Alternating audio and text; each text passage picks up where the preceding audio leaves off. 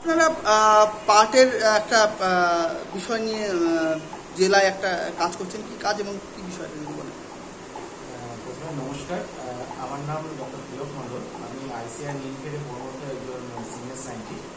প্রতি বছরই আমরা আমাদের যে রাজ্যে যে সকল জেলাতে পাট চাষ হয় সেই সকল জায়গাতে কিছু এফএলডি আমরা প্রোগ্রাম করে থাকি। তো এই বছর প্রথমেই দক্ষিণ দিনাজপুরে, কারণ দক্ষিণ দিনাজপুরে একটা অন্যতম ইম্পর্টেন্ট একটা ডিস্ট্রিক্ট যেখানে প্রচুর পরিমাণে পাট চাষ হয়ে থাকে।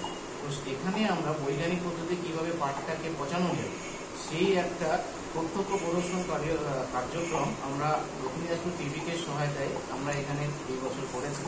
প্রোগ্রামটা 2 দিন ব্যাপী হয়েছে এবং 4টে গ্রাম, বালুরঘাট ব্লকের আপনার দুর্লভপুর এবং পার্বতীপুর এবং তপন ব্লকের আপনার দক্ষিণ ভরসুরা আর পাটখোলাতে এই কার্যক্রমটা হয়েছে।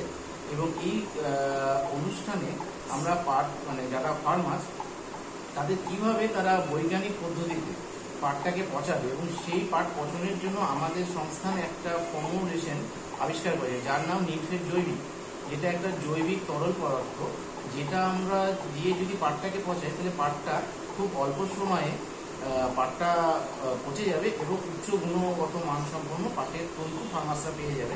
এতে তাদের কী হবে, তাদের আর্থিক যে লাভ সেটা অনেকটাই তারা হয়ে থাকে। এই যে আপনারা যে বিভিন্ন জায়গায় কৃষকদের বোঝাচ্ছেন, কৃষকরা কতটা বুঝছে এবং কতটা উপকৃত হচ্ছেন? অ্যাকচুয়ালি এইরকম প্রোগ্রাম আমাদের, যেহেতু আমি বললাম আমাদের ডিস্ট্রিক্টে প্রথমবার হয়েছে, তো অ্যাকচুয়ালি দেখুন সমস্ত কিছুরই তো একটা শুরু হয়। তো এখনো ওরা পুরনো সেই পদ্ধতি করে আসছে, আমরা আজকেও দেখলাম। তো তারা সেটা প্রথম মেনে নেবে না। তো তার জন্য আমাদের এটা একটা প্রোগ্রাম যেখানে আমরা আমাদের পদ্ধতিতেও পাটটাকে পচাচ্ছি, তার সঙ্গে সঙ্গে সাইডে ওনারা যেভাবে পাটটা পচান সেটাও আমরা করে দেখাচ্ছি। তো তারা যখন দেখবেন, যখন পাটটা পচবে, যখন দেখবেন যে আমাদের পদ্ধতি যদি অবলম্বন তাদের পাটের গুণগত মান বাড়বে, তাহলে তারা অবশ্যই সেই পদ্ধতিটাকে তারা অ্যাডপ্ট করবে। আপনার নাম?